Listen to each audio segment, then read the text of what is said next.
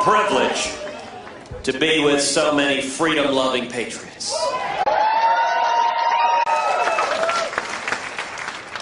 What a privilege to be with this array of tremendous leaders, starting with Nevada's own Attorney General Adam Laxalt.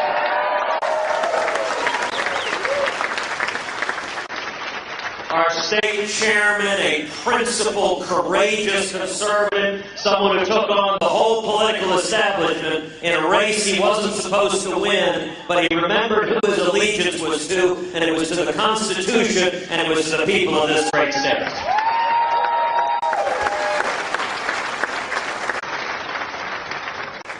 And then Congressman Raul Labrador. Another strong, principled fighter who leads the Freedom Caucus in the United States House of Representatives. That means Raul and I share something in common. Both of us need food tasters in the members' dining room. But you know what? If you remember who you're working for, if you remember the men and women who elected you, that you're not working for the Washington bosses, you're not working for the lobbyists and special interests, but you are working for the people of this country, they tend not to like it in Washington, D.C. And then David Barton, what an incredible leader David is. What a strong voice for helping us remember the Judeo-Christian values upon which this nation was built, the values that are the foundation of the United States of America. I'm so grateful for David's friendship and incredible support.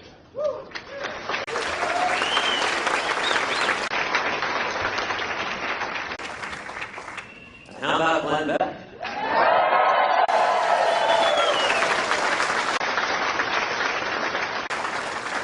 Isn't Glenn extraordinary? You know, Glenn loves liberty. He loves this country. You can see his heart. Every time I hear Glenn speak, I learn something. You know, I love watching Glenn on television when he brings out his whiteboard. Not quite Robert Wright, but he brings us back to the founding principles of this country. He brings us back to the principles that set the United States apart as an exceptional nation, as a shining city on a hill. And he's fearless. Remember a few years ago when he was talking about an Islamic caliphate? And everyone said, oh, that Glenn guy, he's nuts. That would never happen. Clearly, he does not have a clear vision of the world in which we live. Fast forward a couple of years, and it doesn't seem so nuts, does it? You know, it is amazing how many of the intelligentsia react to someone who speaks the truth and does so unapologetically and with a smile. The truth has power. The truth is clarified. You shall know the truth, and it shall set you free.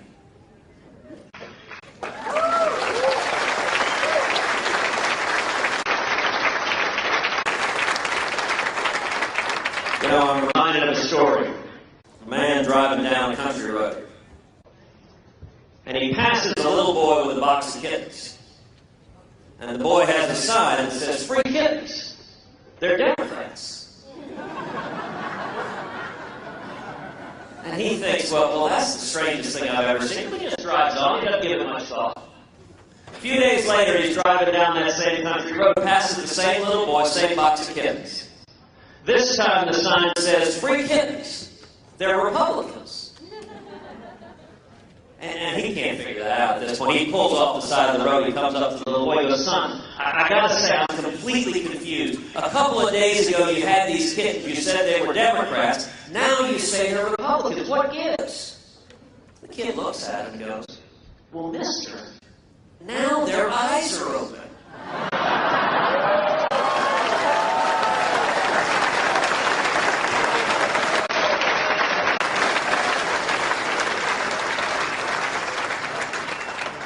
me tell you, people's eyes are opening all over this country. Listen, we're here tonight because our country's in crisis. Because we're bankrupting our kids and grandkids. Because our constitutional rights are under assault each and every day. And because America is receding from leadership in the world, and it is making the world a much more dangerous place. And yet I'm here tonight with a word of hope and encouragement. People are waking up, and there is a spirit of awakening that is sweeping this country. So I want to ask everyone here to look forward. Look forward to January 2017.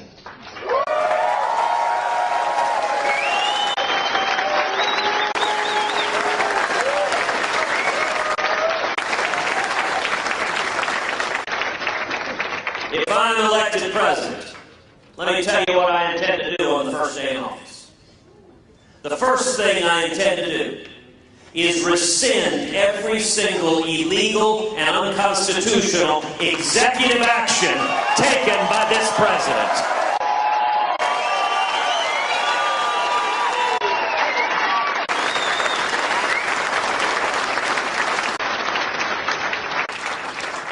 The second thing I intend to do is instruct the U.S. Department of Justice to open an investigation into Planned Parenthood and to prosecute any and all criminal violations.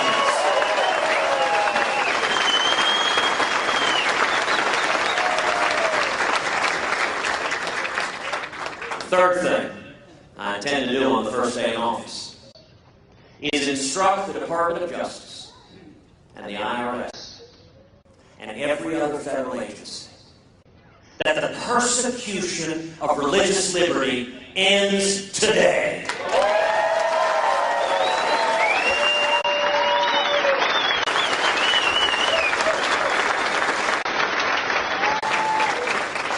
That means that every serviceman and woman can seek out and worship God Almighty with all of their hearts, minds, and souls, and their superior officer has nothing to say.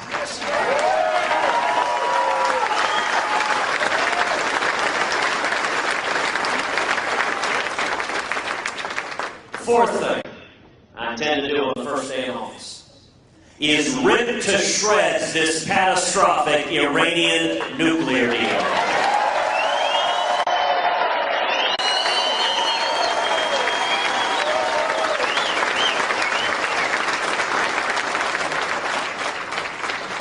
And the fifth thing I intend to do is begin the process of moving the American Embassy in Israel to Jerusalem, the once and eternal capital of Israel.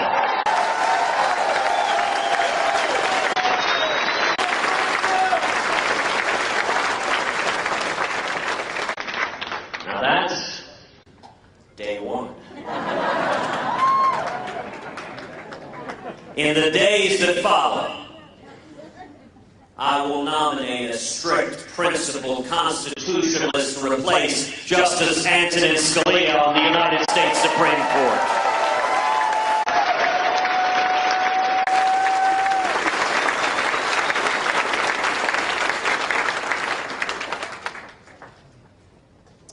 You know, just yesterday, I attended the funeral of Justice Scalia. Adam Laxalt was there with me. It was a remembrance of an extraordinary man, someone I was privileged to know for 20 years. Justice Scalia was a lion of the law. He was fiercely dedicated to the Constitution. As Ronald Reagan was to the presidency, so too was Justice Scalia to the U.S. Supreme Court.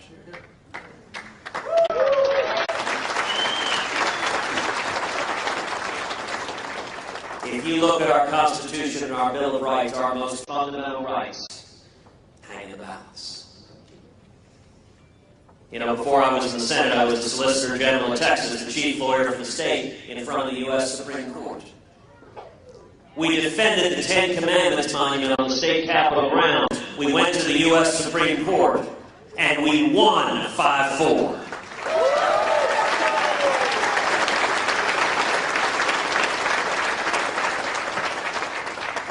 5-4.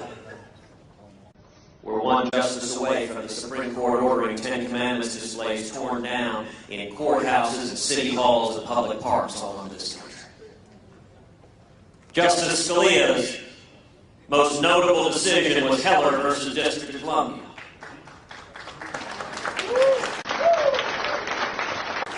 I know Heller very well because I represented 31 states in Heller defending the Second Amendment right to keep and bear arms, and we won 5-4.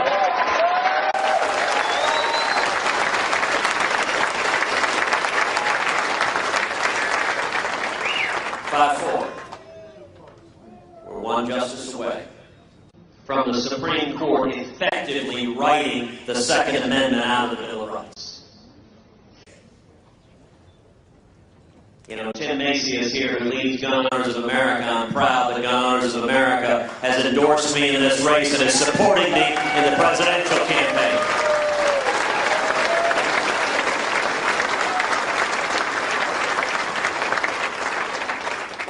When I was in private practice, I represented over 3 million veterans, pro bono for free, defending the Mojave Desert Veterans Memorial, a lone white Latin cross erected over 70 years ago to honor the men and women who gave their lives in World War I. The ACLU sued, arguing you could not gaze on the image of a cross on public lands. They won in the district court. They won in the Court of Appeals. The court ordered the Veterans Memorial taken down. We went to the U.S. Supreme Court defending the memorial, and we won 5-4.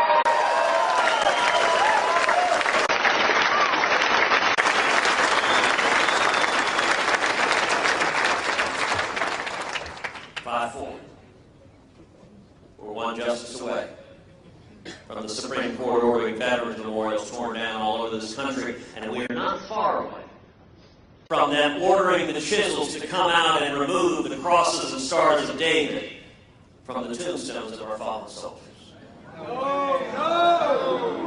These are our fundamental rights. These are the rights of our children and grandchildren. And one of the questions I believe the voters all across this country are asking is, who do I know? Who do I know beyond a shadow of a doubt will appoint justices that will protect the Constitution and safeguard the Bill of Rights?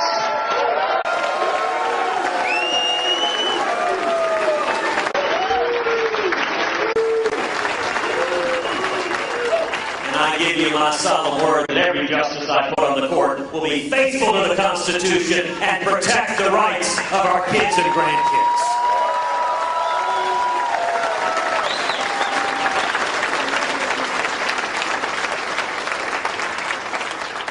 In the days that follow, I will go to Congress, and we will repeal every word of Obamacare.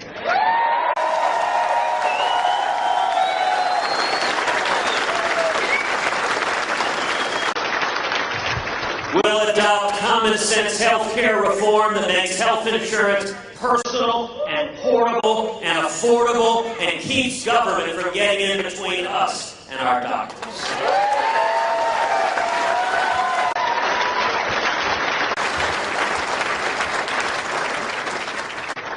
I will instruct the U.S. Department of Education that Common Core ends today.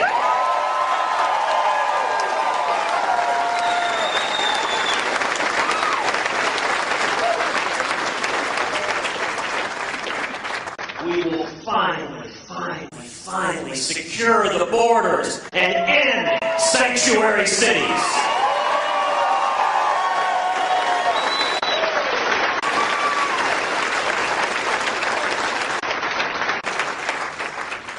In the days that follow, we will rebuild the military.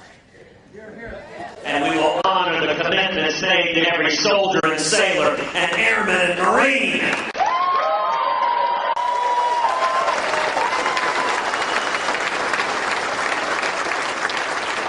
This past week, I rolled out